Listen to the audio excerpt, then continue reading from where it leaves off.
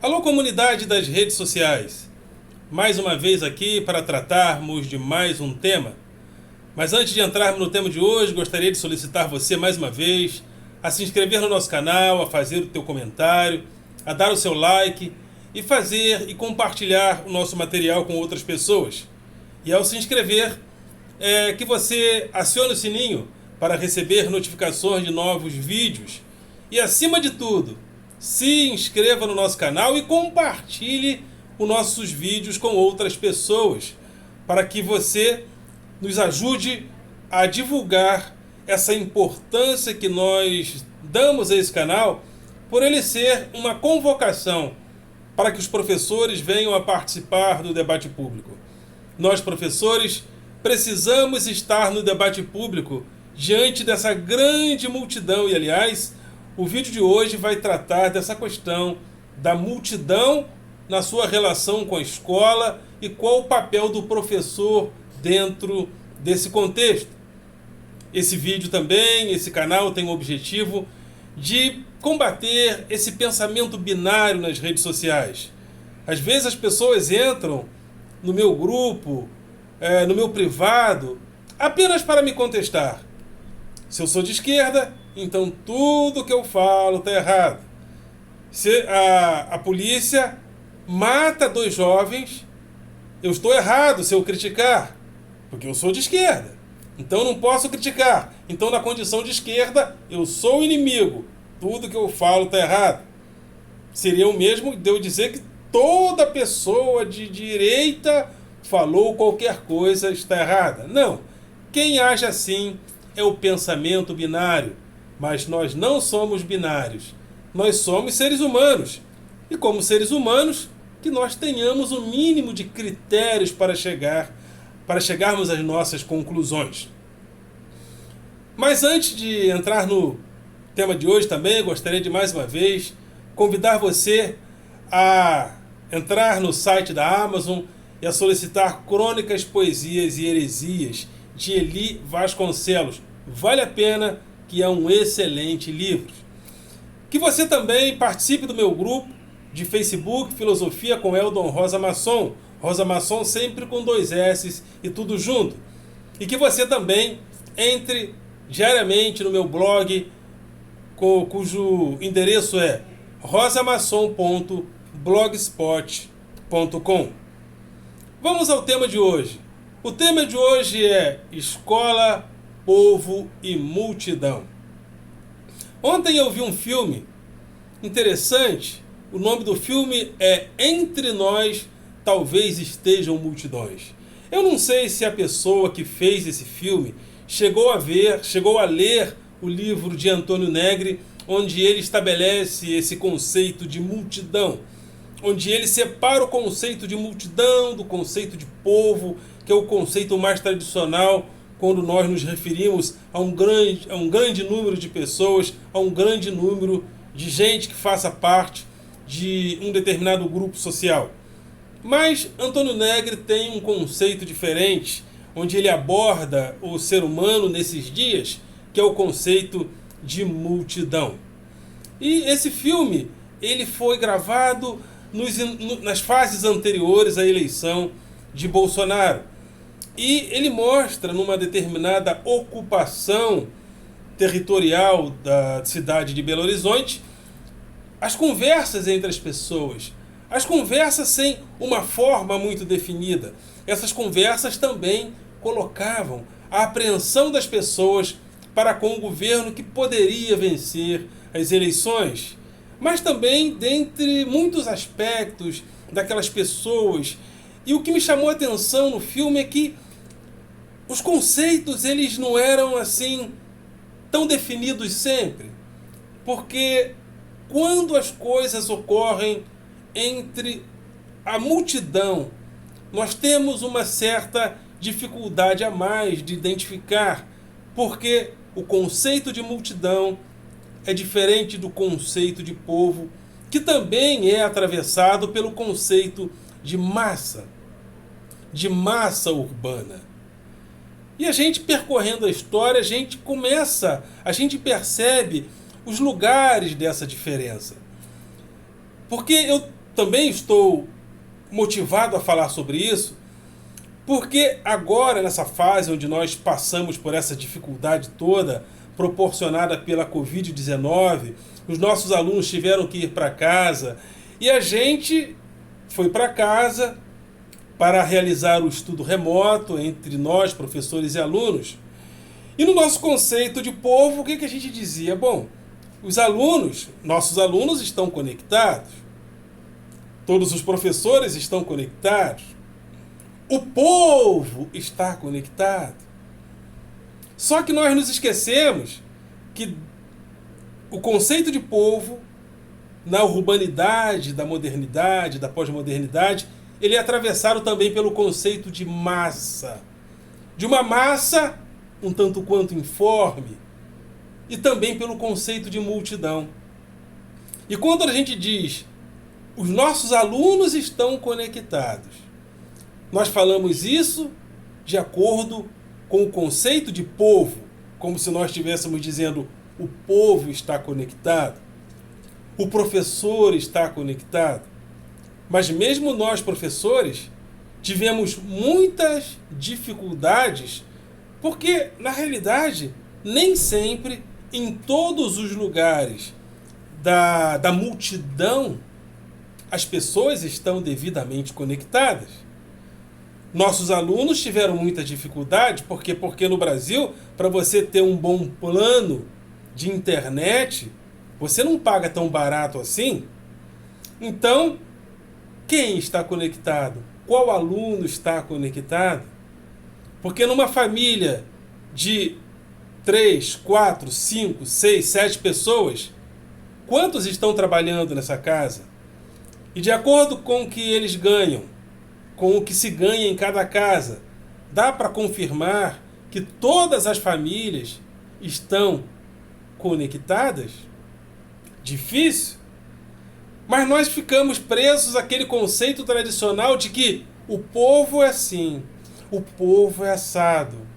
A massa urbana é meia disforme, mas podemos chegar a conclusões definidas em relação a ela.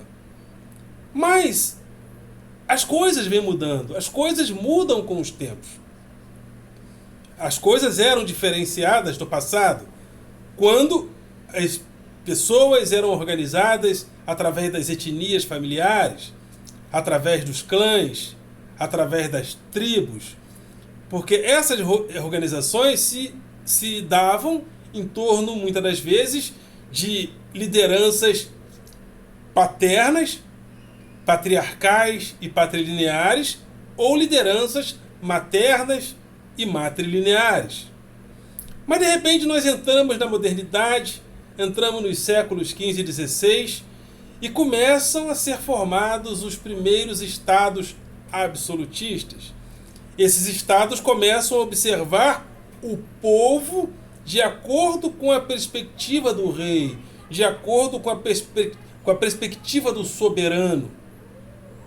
Mas de repente aparece um Nicolau Maquiavel, que começa a perceber que o rei não é tão absoluto ou tão absolutista assim. O rei precisa do respaldo do povo, das multidões. O rei precisa se utilizar da virtus e da fortuna. A virtus seria, segundo Maquiavel, a capacidade do rei de fazer a leitura oportuna das condições onde estão o povo. Aí, de acordo com essa virtus, com essa leitura, o rei aplica a fortuna, as oportunidades apresentadas na convivência dele com o povo. Então, Maquiavel coloca um problema, coloca uma nova questão, que seria a influência do povo, a influência da multidão na atitude do rei, do monarca. Ou seja, o rei não é tão absoluto assim, mas o povo é feita a leitura do povo de acordo como se o povo ainda fosse considerado uma massa mais ou menos homogênea. E o rei poderia fazer essa leitura de uma massa mais ou menos homogênea. Mas de repente surge então esse Estado absolutista nos seus primeiros momentos. Esse Estado absolutista ele é depois orientado por uma outra noção de Estado. O Estado deixa de ser Estado absolutista para ser um Estado liberal. Esse Estado depois ele se desterritorializa do Estado liberal e se reterritorializa em um Estado intervencionista. Esse Estado vai se tornar, no século XX, em vários momentos, um Estado totalitário. E hoje nós vivemos a perspectiva de um Estado neoliberal. Nessas várias perspectivas de Estado, o povo é visto e se apresenta diante das autoridades, diante das superestruturas do poder, através de uma perspectiva. E uma das perspectivas que vai fazer com que as pessoas, com que a superestrutura do poder identifique o povo, é através do trabalho. O trabalho se torna fundamental para que o povo viesse a ser identificado como um povo e como massa. Aí aparecem as teorias a respeito do trabalho, as teorias a respeito das relações de trabalho. Marx vai aparecer falando da classe dos capitalistas e da classe operária, da classe proletariada, que representaria o povo, que representaria a massa. Hannah Arendt, no seu livro Entre o Passado e o Futuro, fala muito bem sobre isso, sobre aquele conceito tradicional que existia de sociedade. Existia a sociedade, a elite que vivia em torno do rei, e existia o povo. Não necessariamente tratado como a sociedade, mas de repente o trabalhador se insere na vida urbana e cria-se uma nova sociedade a partir do trabalho. O trabalho passa a ser a grande referência da vida moderna, o que não existia no passado. E essa sociedade moderna, a partir do trabalho, a partir da indústria, passa a ser considerada sociedade de massa. Porque agora a grande massa de trabalhadores é vista também como pertencente à sociedade. Aí aparece uma nova cultura, a cultura de massa, e a cultura é interpretada a partir da produção, do lucro e do consumo. E essa cultura de massa, que se organiza em torno do trabalho, que é organizada em torno do trabalho, identifica o que é o povo. E mais uma vez, nós temos a percepção que o trabalho unifica as perspectivas a respeito do que é o povo. E nós podemos dizer, o povo é assim, o povo é assado, o povo é A, o povo é B, porque o povo está organizado em torno do trabalho. O capital se organiza para acumular as suas benfeitorias e o povo se organiza em torno do trabalho. Só que nós passamos por N mudanças na sociedade, principalmente com a perspectiva da sociedade neoliberal que começa a partir da década de 70. Porque a partir do pós-guerra, sobretudo, foi formado o Estado do Bem-Estar Social. Países como Estados Unidos, Europa, Japão começam a entender que as pessoas deveriam ser atraídas para o capitalismo através das benfeitorias do Estado para com o trabalhador, para que o trabalhador não se sentisse motivado a lutar pela implantação do socialismo. E o trabalhador começa a ser educado na sua educação básica. O trabalhador também começa a frequentar as universidades. Ele começa a cada dia a consumir cultura e conhecimento, porque cultura, conhecimento é associada ao consumo desde a industrialização. E o conhecimento, ele se populariza mais. O conhecimento, a partir desse momento, ele se democratiza mais, ou um pouco mais, ou bem mais. Mas, a partir da década de 70, esse estado do bem-estar social começa a entrar em crise, por causa do endividamento das nações que realizaram o bem-estar social. Os Estados Unidos fizeram de tudo para que nações que foram afetadas pela guerra se recuperassem. E os Estados Unidos, ele se endivida. Ele se endivida, ele se endivida, e o estado do bem-estar social começa a entrar numa certa crise. A partir desse momento, começa-se a pensar, sobretudo a partir da década de 70, na possibilidade dos estados conterem um pouco mais os benefícios ao povo. Os serviços sociais deveriam se retrair um pouco mais em benefício das contas públicas. E a economia começa a ser orientada a partir da perspectiva neoliberal.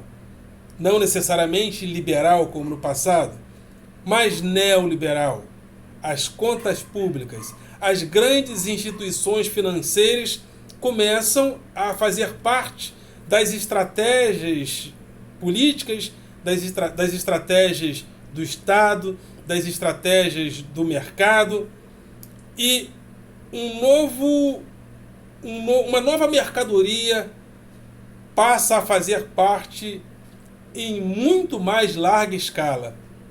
A dívida, os juros e a moeda, o valor da moeda, o valor do dinheiro, não necessariamente apenas o valor das mercadorias e dos serviços, aparecem. E nesse contexto, nós já não temos mais aquele trabalhador identificado como massa urbana e trabalhadora homogênea. O trabalho se fragmenta. O trabalho se fragmenta e tem se fragmentado a cada dia, principalmente com a digitalização da vida, com a digitalização das relações, com a digitalização do trabalho. Mas mesmo nessa digitalização da vida, e sobretudo em países como o Brasil, muito desigual, a própria digitalização da vida não é tão homogênea assim.